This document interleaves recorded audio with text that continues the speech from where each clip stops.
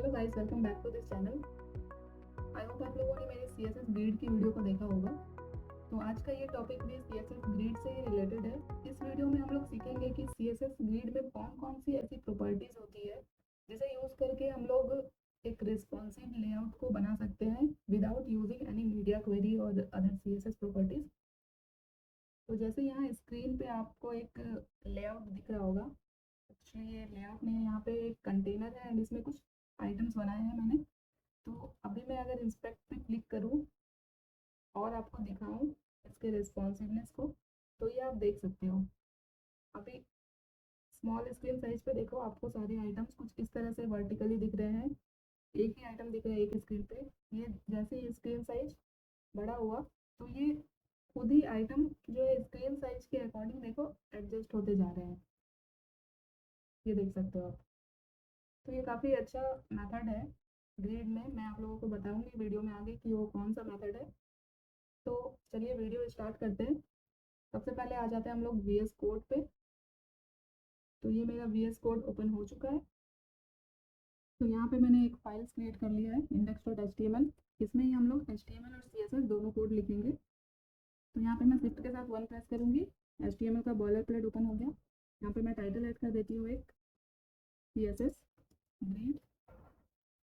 And आ जाते हैं body tag के अंदर और जल्दी से मैं यहाँ पे बनाती हूँ एक कंटेनर।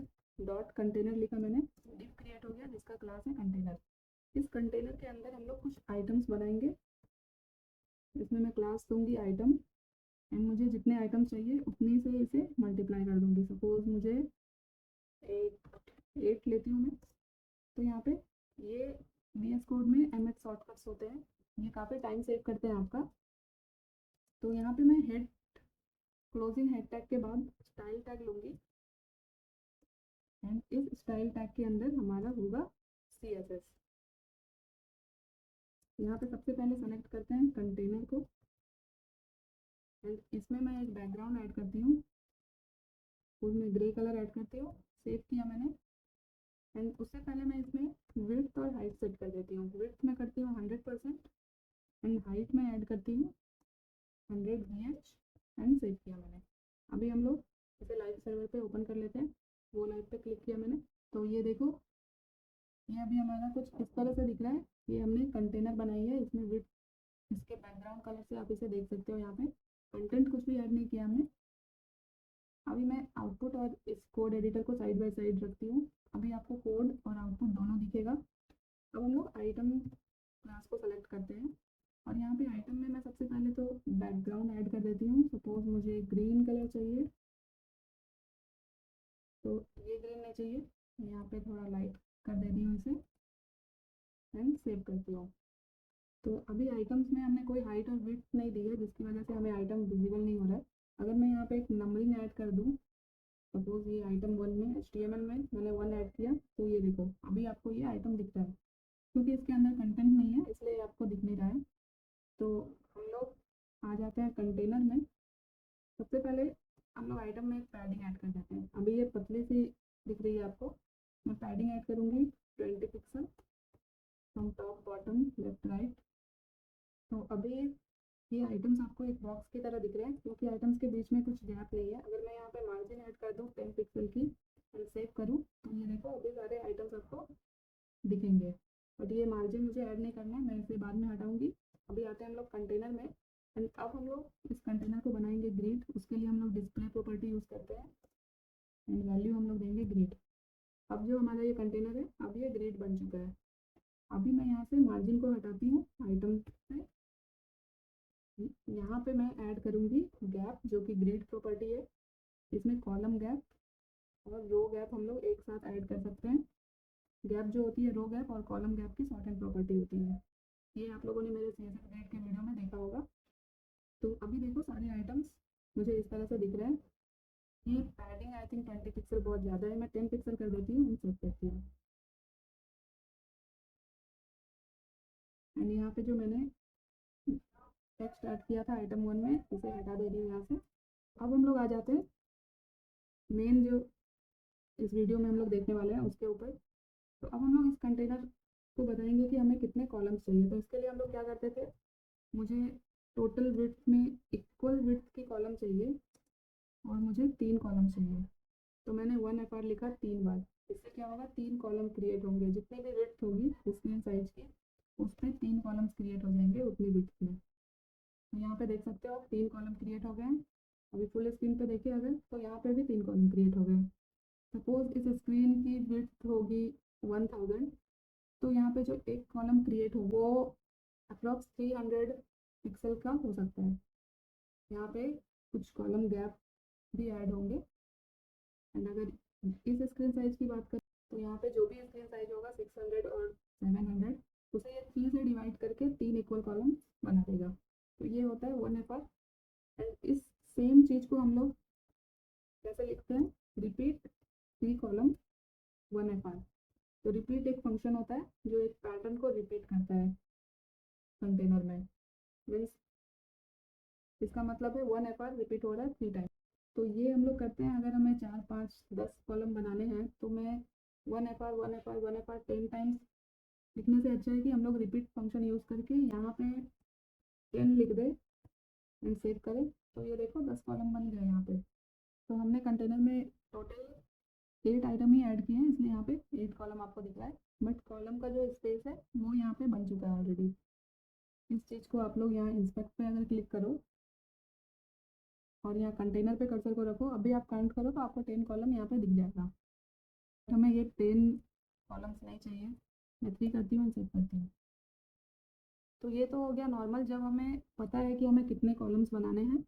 सपोज़ हमें कुछ ऐसा लेआउट बनाना है जिसमें हम लोग जितने भी आइटम्स ऐड करें वो ऐड होते रहे एंड वो किसी भी स्क्रीन साइज पे एडजस्ट हो जाए उस स्क्रीन साइज के अकॉर्डिंग। मीन्स हमारा कोई भी आइटम ओवरलैप नहीं हो, कोई भी आइटम हमारा श्रिंक नहीं हो, वो स्क्रीन के अकॉर्डिंग एक्सपांड हो जाए एंड स्क्रीन के अकॉर्डिंग वो एडजस्ट हो जाए कि एक स्क्रीन पे कितने आइटम्स होंगे, कितने कॉलम्स होंगे, इस तरह से। तब हम लोग क्या करते हैं, सबसे पहले तो इस रिपीट फंक्शन के अंदर हम लोग एक पैटर्न रिपीट करेंगे। यहाँ पे हम लोग यूज़ करेंगे ऑटो फिट। मैं आप लोगों को एक्सप्लेन करूँगी कि ये क्या होता है। एंड एक फंक्शन यूज़ करेंगे हम लोग जो कि है मीन मैक्स फंक्शन। अभी इस मीन मैक्स फंक्शन में मैं 2 वैल्यू ऐड करूँगी। मैं आपको बताती हूँ ये वैल्यू क्या है। एंड सेव किया मैंने। तो सबसे पहले हम लोग इस मीन मैक्स फंक्शन को देखते हैं कि ये क्या है। ये मीन मैक्स फंक्शन जो है 2 वैल्यू लेती है, एक मिनिमम एंड एक मैक्सिमम। एंड ये जो फर्स्ट वैल्यू होती है ये मिनिमम वैल्यू होती है एंड ये जो सेकेंड वैल्यू होती है ये मैक्सिमम वैल्यू होती है। तो ये मीन मैक्स फंक्शन डिसाइड करता है कि एक कॉलम की विड्थ जो है एक फिक्स्ड रेंज के अंदर हो, उसके बाहर नहीं हो। एंड वो रेंज कैसे डिसाइड होता है हमारा, वो रेंज डिसाइड होता है यहाँ से। यहाँ हमने 300 पिक्सल एंड 1FR किया है। इसका मतलब है कि कॉलम की जो विड्थ होगी वो 300 पिक्सल से कम नहीं होगी। मिनिमम विड्थ उसकी 300 पिक्सल होगी एंड मैक्सिमम विड्थ 1FR होगी। इस रेंज से बाहर नहीं होगी कॉलम की विड्थ। तो ये डिसाइड करता है mean max function. And auto fit क्या होता है, ऑटो फिट होता है एक कीवर्ड जो कि किसी भी लेआउट को रेस्पॉन्सिव बनाने के लिए हम लोग यूज़ करते हैं ग्रिड में। ये ऑटो फिट कीवर्ड डिसाइड करता है कि एक कंटेनर में कितनी कॉलम फिट की जाएगी। इसका मतलब है कि हम लोग कंटेनर को ये बता रहे हैं कि जितनी कॉलम फिट हो सकती है कंटेनर के अंदर उतनी कॉलम फिट कर दो। अगर कंटेनर के विड्थ के अकॉर्डिंग यहाँ पे 4 कॉलम फिट हो रही है तो 4 कॉलम को फिट करो। एंड अगर कंटेनर के विड्थ के अकॉर्डिंग 3 कॉलम यहाँ पे फिट हो रही है तो 3 कॉलम को फिट करो। तो तो ऑटो फिट ये काम करता है। बट ये ऑटो फिट यहाँ पे इस मीन मैक्स फंक्शन को फॉलो करते हुए कॉलम को फिट करता है कंटेनर के विड्थ के अकॉर्डिंग। मीन्स ये ऑटो फिट देखता है कि इसकी मिनिमम विड्थ कितनी है एंड मैक्सिमम विड्थ कितनी है। तो ये auto fit mean max 300 pixel 1FR लिखने का यही मतलब है कि इक्वल विड्थ के जितने कॉलम फिट हो सकते हैं उतने कॉलम फिट किए जाएं। बट कॉलम की जो विड्थ है वो मिनिमम विड्थ 300 पिक्सल है, तो 300 पिक्सल से विड्थ कम नहीं होनी चाहिए। ये चीज़ को ये ऑटो फिट कंट्रोल करता है। अगर मैं यहाँ पे कुछ और आइटम्स ऐड कर दूँ, सपोज मैं यहाँ पे 2 और आइटम ऐड कर रही हूँ, सेव किया मैंने। अभी देखते हैं। तो अभी देखो यहाँ पे 4 कॉलम क्रिएट हो गए हैं। कंटेनर में हमने 100% की विड्थ दी है। मीन्स कि जितना स्क्रीन साइज होगा कंटेनर की विड्थ भी उतनी ही होगी। तो यहाँ पे ये श्योर नहीं है कि कंटेनर की विड्थ कितनी है। तो ये ऑटो फिट यूज़ करने से क्या हो रहा है, 1 FR की वैल्यू को ध्यान में रखते हुए ये इक्वल विड्थ की कॉलम बना रहा है। यहाँ पे अगर मैं इसे कैलकुलेशन के थ्रू आपको एक्सप्लेन करूँ तो यहाँ पे देखो, सपोज ये हमारा एक कंटेनर है एंड इसकी विड्थ है 1000 पिक्सल एंड हमारा जो कॉलम होगा और जो भी आइटम है उसकी विड्थ है 300 पिक्सल। तो इस 1000 में 300 पिक्सल के कितने कॉलम्स बन सकते हैं, मैक्सिमम 3 कॉलम्स बन सकते हैं। ये 300 पिक्सल है